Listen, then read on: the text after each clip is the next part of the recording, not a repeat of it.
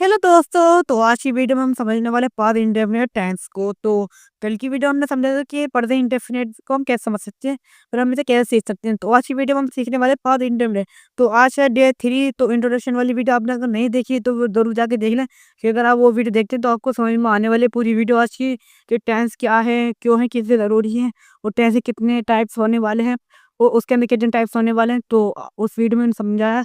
और आपने अगर कल की वीडियो नहीं देखी उससे भी आपको थोड़ी हेल्प मिलने वाली है आज की वीडियो में। तो आज हम पास्ट को समझने वाले। पास्ट का बस आपको पता ही है कि पास्ट बीता हुआ समय, जिसके बारे में हम आप चर्चा करने वाले हैं आज की वीडियो में।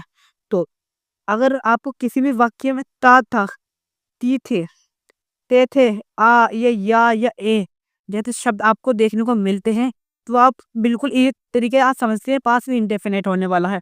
तो इसी की तरीके से आज हम आपको बताने वाले हैं कि अफर्मेटिव, नेगेटिव और इंटरोगेटिव और WH यानी कि डबल इंटरोगेटिव के आप सेंटेंस कैसे बना सकते हैं। तो वीडियो ज़्यादा लंबी नहीं होने वाला है ऐसी वीडियो। तो मैंने आपको पहचान तो बता दी, जिस वाक्य के अंदर था, ती थी, ते थे, आ या ए जैसे शब्द आपको एन में देखने को मिलते हैं, तो आप इसी तरीके से समझते हैं कि वो पास इंडेफिनिट होने वाले हैं। पास का मतलब आपको पता ही है कि बीता हुआ समय। तो जैसे हम अफर्मेटिव वाक्य की तरफ चलते हैं तो उसका रूल इस तरीके से होने वाला। सब्जेक्ट सब्जेक्ट वो होता है, यानी कि जैसे कि मैं, तुम, वो सारे शब्द जो होते हैं वो सब्जेक्ट होते हैं। वर्ब वर्ब होते हैं, जैसे कि हमारे शब्द, जैसे कि हो गया हमारा वेंट। और ऑब्जेक्ट ऑब्जेक्ट जिस पे प्रभाव पड़ता है क्रिया का। आप समझ गए होंगे इसी तरीके से। तो जैसे हम शब्द है हमारा हिंदी में, हम वहाँ गए, यानी कि तो गए, यानी कि ए है यहाँ पर दो जैसे आप समझते हैं पास्ट इंडेफिनिट। हम वहाँ गए यानी अभी कंफर्म नहीं कि हम वहाँ पहुंचे नहीं पहुंचे, वहां से भी हम आए नहीं आए, यहाँ तो हम पहुंच, बस ये पता है हम वहाँ गए। तो हम वहाँ गए तो शब्द है हमारा वहाँ, हम वहाँ गए। तो इसका इंग्लिश में मीनिंग होगा वी वेंट देयर।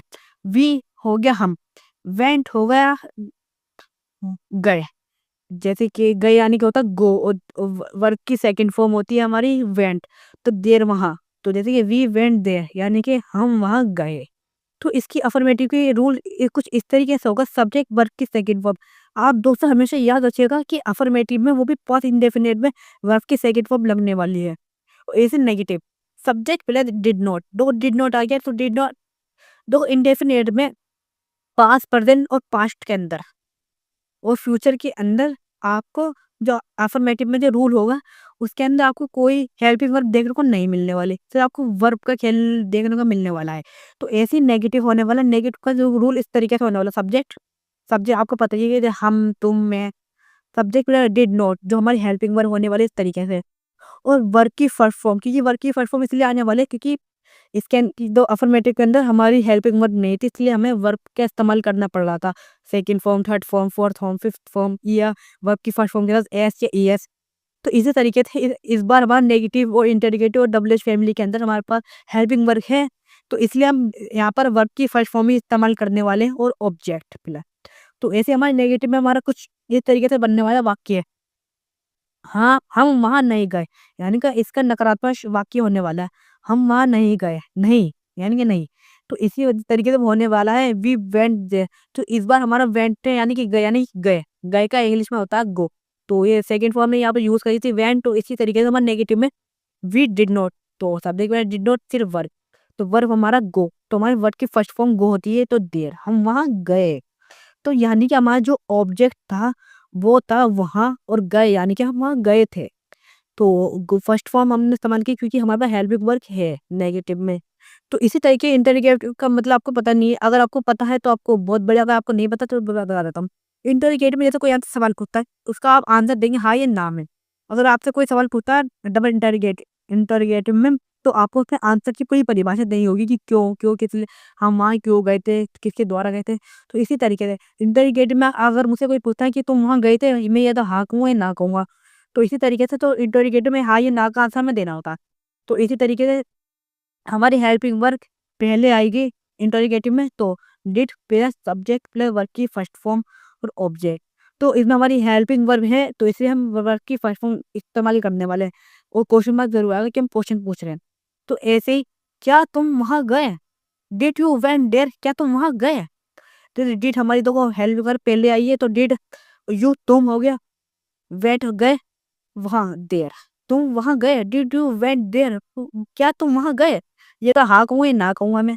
आंसर हाँ या ना में दूँगा ना, इसलिए वो इंटेरोगेटिव में आएगा। और डबल इंटेरोगेटिव यानी कि डब्ल्यूएच फैमिली के अंदर। तो हमारी पहले आएगी डब्ल्यूएच फैमिली, आपको बारे में पता ही होगा व्हाट, वेयर, व्हेन जैसे वर्ड जो होते हैं डब्ल्यूएच फैमिली में आते हैं। WH plus did plus subject plus verb की फर्स्ट फॉर्म प्लस ऑब्जेक्ट। तो इसी तरीके से अब देखो डबल इंटरोगेटिव में ये होता है कि हमने कोई सवाल पूछा तो हम उसका आंसर कुछ इस तरीके से देते हैं, यानी कि पूरी परिभाषा में हम उसका आंसर देते हैं। तो इसी तरीके से तुम कब जाते थे, तुम कब जाते थे यानी तुम कहाँ जाते थे, किस टाइम जाते थे, तो मैं उसका आंसर दूँ कि मैं इस समय में जाता था, इस समय अंतराल क्या है दादा, मैं किस लिए जाता था, किस समय में जाता था, तो मैं आंसर बहुत लंबी चौड़ी दूंगा ना इसलिए। तो इसलिए डबल इंटरोगेटिव में आएगा तुम कब जाते थे। When did you go, when हो गया तुम ने मतलब व्हेन हो गया कब, तुम हो गया यू, और डिड हो गया हमारा हेल्पिंग वर्ब। तो इसी तरीके से आपके समझ में आ गया होगा।